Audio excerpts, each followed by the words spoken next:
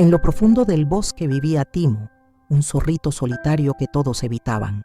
Una noche, sintiéndose muy solo, tuvo una idea: llevar alegría al bosque como Santa Claus.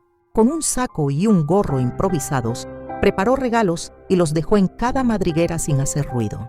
A la mañana siguiente, el bosque estaba lleno de alegría. Siguiendo las huellas, los animales encontraron a Timo. ¿Fuiste tú?, preguntó un venadito. Timo asintió. Solo quería que tuvieran una linda Navidad. Por primera vez, todos lo abrazaron y lo invitaron a celebrar. Esa noche, Timo ya no se sintió solo.